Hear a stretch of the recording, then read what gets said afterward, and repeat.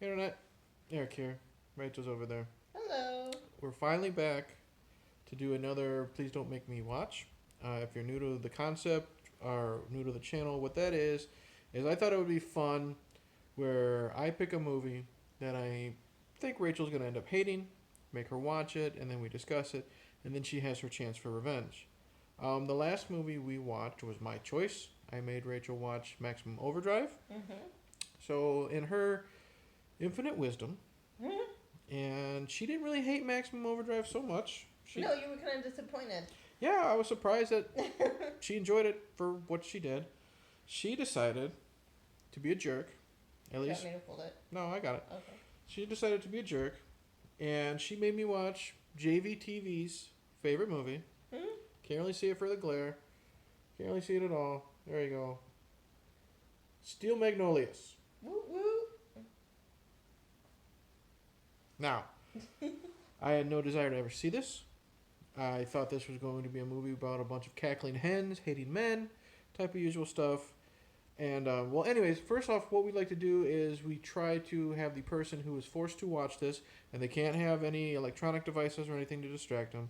The person tries to say what happened in the film, and then the person who requested it correct them if anything happens. So, obviously, plot spoilers and everything, and there's going to be a big plot spoiler concerning this movie. So, if you're like me and you had no plans to ever watch this stupid movie, or well, I won't say stupid until I give you my review. Watch at your own risk. So the plot of Let's start out with all the characters first. well, let me tell you what happens. I'm not going to say their names. I don't really care, but I'll tell you the actresses because Well, that's what I mean. that just makes it easier for me. If I remember correctly, it's a group of women. You got Sally Field, who's the typical person. Mm-hmm. Everyday mom. Dolly Parton is the sassy Southern girl who runs a Beauty parlor. Then you got Olympia Dukakis, who is like the B. Arthur of them all. You know, the grumpy old lady, but it has like the funny, sarcastic lines. Then No, you have. Oh, sorry. I shouldn't correct you now. Yeah, you're right. Thanks for ruining this. Okay. No, I don't care. Then you have Julie Roberts, who is the daughter of Sally Field, who's getting married. And then you have the Wicked Witch of the West, Ouiser, played by somebody. Shirley MacLaine. Mm-hmm. Okay. And basically what it is they're all together for Julie Roberts' wedding. She gets married. The rest of the movie is really just about... Oh, Daryl Hannah shows up. She is like someone who has run away from home, and she is taken under the wing of Dolly Parton. It's about them. They all get together, and it's just them talking about life, having fun, making fun of Ouiser. And then what happens is, Daryl Hannah comes out of her shell. She ends up dating Kevin J. O'Connor, the guy who's in The Mummy and all the other fucking Stephen Sommers movies that Rachel didn't recognize. And she becomes like he's like 20 pounds heavier. Yeah, and he has all of his hair. Yeah. Anyways, and then she becomes a Jesus freak. That kind of is brought up. And then you find out that Julie Roberts is diabetic or something like that. And she's having problems. She's able to have a kid finally, even though the doctor says she shouldn't have a kid. And then, of course, that causes her to eventually go into a diabetic shock or something. She has a stroke. I don't know. She dies. And then the rest of the movie is Sally Field. I almost said Sally Strother for some reason. Wrong person. Big fucking difference. Sally Field coping with the death of her daughter while Daryl Hannah is now pregnant with the Mummy guy's baby. Hilarity ensues. And the movie ends with him dressed as an Easter bunny riding away into the sunset on a motorcycle.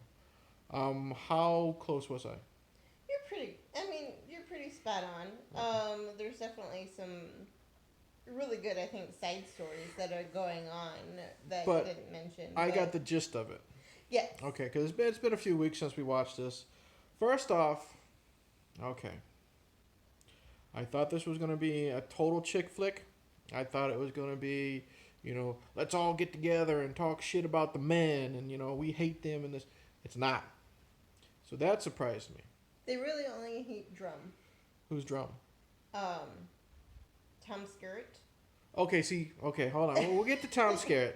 Okay, first off, this movie is not that. I will say this. I like the characters.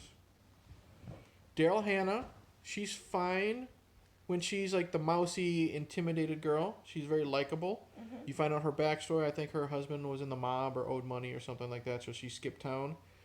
And I like her relationship with Dolly Parton. When she becomes a Jesus freak, it gets on my nerves, but that's like the last 20 minutes of the movie. Mm-hmm. And you can handle that because it's sprinkled throughout. Dolly Parton is funny. She's the sassy Southern girl. She got some of the best lines in the movie. She's married to a husband named Spud. I don't know if you want me to chime in now or not. No, no, go ahead. Okay. Who also, I think, actually has kind of a sad backstory. Because basically, throughout the movie, she's trying to, like, spend more time with him. Mm-hmm. And he is either going through some sort of a depression. Yeah. Or he's just tired from work. And he just... It's basically like he doesn't want to spend any time with her. Right. He just wants to drink. He doesn't want to go to any events. But then it's nice by the end of the movie. You can kind of tell he kind of comes around. Yeah. And that is a very sad scene. Like she wants to go see like the fireworks. Or no, the Christmas lights. And he's just watching TV. He wants to just, I just got home or I just got done working on the car or something. He just wants to watch TV and drink beer. She's funny. Sally Field is great. Sally Field's always great in everything. She's got a great relationship with Julia Roberts. She works well with all of the girls. I love her relationship with Tom Skerritt, her husband. We're going to get to him in a little bit. Julia Roberts is fine. She kind of annoyed me in the beginning, but she's the frantic bride to be, which is fine. And then she's just there for the rest of the movie. I will say this, Sally Field, like I already spoiled that Julia dies. Sally Field is probably the strongest performance in this movie, especially the death scene. The death scene is very, very sad. It gives me chills. Like, I just think she does a phenomenal job in that part. And when you can feel her pain. She's really, really good. Holding her hand, watching her. She's in the room when she dies, when they pull the plug. And then the scene where she's venting to all of her friends at the funeral could have been over the top, but it wasn't. It was really good. Olympia Dukakis is fun. She's like I said, to me she reminded me like B. Arthur from the Golden Girls. She has all the like funny, sarcastic, dickish type lines. She's basically a very nice person. Oh yeah, Olympia Dukakis, but she won't put up with. Who we'll get to Ouiser's crap. Yeah, because we'll go ahead and we'll get to Ouiser, who is like the grump of the group. She is friends with Olivia Dukakis. I don't like they're maybe childhood friends or something like that, but she's like some rich lady who's like on her third marriage or something like that. Everything's gone bad for her, so that's why she's grumpy, and she's like the friend that I'm like great. She's coming over. Like they have the perfect introduction for Ouiser. Like she comes over with her dog to yell at Tom Skerritt because Tom Skerritt, who is my favorite character in this movie, he's trying to get the birds out of the trees for the wedding, and he's firing a gun into the trees, and it's scaring Ouiser's dog, causing him to get neurotic and hair falling out. And then, of course, Tom Skerritt decides, okay, fine, we won't make noise. We'll just get bows and arrows, and he's getting his sons to help him. Yeah. He's fun in this movie. He's the comic relief. He gives Ouiser shit all the time, too. But Ouiser's bad. Like, air quotes, bad. Because the way she's, like, bringing her dog in, the way the camera shows her, all we needed was the Wicked Witch of the West theme. Yeah, I know. When she's coming in to talk to Tom Skerritt. Or I was picturing the mean old bitch from Gremlins. When she's got the snowman head and she's going to tell Billy she's going to kill his dog. The thing with Ouiser is she's a very good person, but everybody seems to provoke her because they know she will just kind of speak her mind and get grumpy with them. They push her buttons. They poke the bear and she falls for it, and then they're able to make a sassy comment about her. Right, but they all generally care about her, and I think even Drum, she cares about Drum, even though she wishes he would eat shit and die. Yeah. As she quotes later on. She's the punching bag. Right. Like, even when Sally Field's having her breakdown at her daughter's funeral, she says she just wants to hit something. Mm-hmm. It's the best fucking part of the Right. movie. Everyone talks about Olivia Dukakis grabs Ouiser and says, "Here, hit this." Yeah. And, everyone wants to take a whack at Ouiser, Right. and that causes Sally Field to finally, like, break down and start laughing, and they're having fun. And then Ouiser gets mad, and then Olympia and her have their little moment of, like, hey, we're buddies type of thing. Right. So the characters are great. The side characters are fine. I love Tom Skerritt. The sons are fun because they like to cause trouble with Tom. The guy from The Mummy is fun. Like, I love when the wedding party has an armadillo cake. It's red velvet. So when you cut it open, there's blood on the inside. So Tom Skerritt he's poking the bear with Ouiser. He wants a piece of cake, so she cuts off the ass. He gives him the ass, and he's just like, he's like, ooh, delicious. Right. So that's fun. Characters are great. No, he says something like, "Oh, every man wants a great piece of ass." Or Yes. something like that. He's a lot of fun. Let me see. I didn't think I would be as interested watching this movie as I was. Because the thing is, the characters in this, like we've already said, are so good. The performances are so good. Whether it's dramatic, whether it's funny, whether it's sarcasm. I'm trying to think. The time flow, not just the flow of the movie itself, but like going from like year to year and stuff like that. It's very quick because we see Daryl Hannah as this timid person, and then it quickly jumps to Christmas, and she's out partying, doing shots and doing stuff. And then the next time we see her next year, she's like a Bible. Yeah, she's a Bible thumping crazy person, in my opinion. And Julie Roberts has already had her kid and this and that. The movie is never boring. From beginning to end, I'm never bored because I'm so into these characters. Even Julia Roberts, who I think is, and it's not a good way to say it, she's the worst character out of the bunch because she's just there. I think it's the way it starts. The way it starts, you think she's kind of going to be a spoiled brat, but then you figure out that it's her wedding day. Yeah. And she's just in a panic and blah, blah, blah, blah, blah. She has a...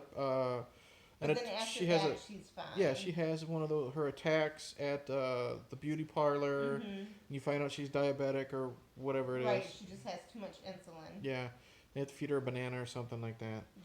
Juice. But either way, she's like the most... And like I say, I don't want to say unlikable character of them all, but she's just there. Right. She's there to have a bad day in the beginning, to have a rough life, to die. Right. She's just there. She's there to bring out the sadness and the depression in Sally Field because Sally Field's the only one who's not happy that Julia Roberts gets pregnant because it could cause problems for the mom type of deal with her situation. And that's a really good scene as well. Like Sally Field is the best actress out of all these really great performances. Is there any negative in this movie? Other than just saying Julia Roberts is blah? I don't think so. I had a lot of fun with the characters. I'm very surprised I did because I did not want to see this fucking movie at all. I did not. I didn't think I would like the characters as much. I didn't think I would laugh at the comedy as much.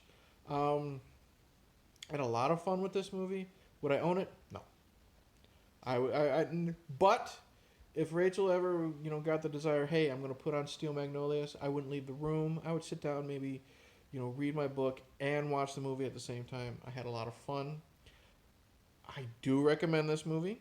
If you're like me and you're used to like schlocky horror or Schwarzenegger movies or any of that type of shit, and you're like, the fuck do I want to watch Steel Magnolias for? I suggest you sit down and give it a shot. Clear mind. It's like fried green tomatoes. Why the fuck would I want to watch fried green tomatoes? I love watching fried green tomatoes. It's the same type of movie. Strong female cast. Yeah, I don't know what else to say. I really, really enjoyed this. There's one good scene at the very end that I'm surprised you left out. Okay. Olympia Dukakis is telling a story to Jack Jr. Mm-hmm. And it's basically Yes. about, a wicked witch and a really nice, pretty looking witch. Mm-hmm.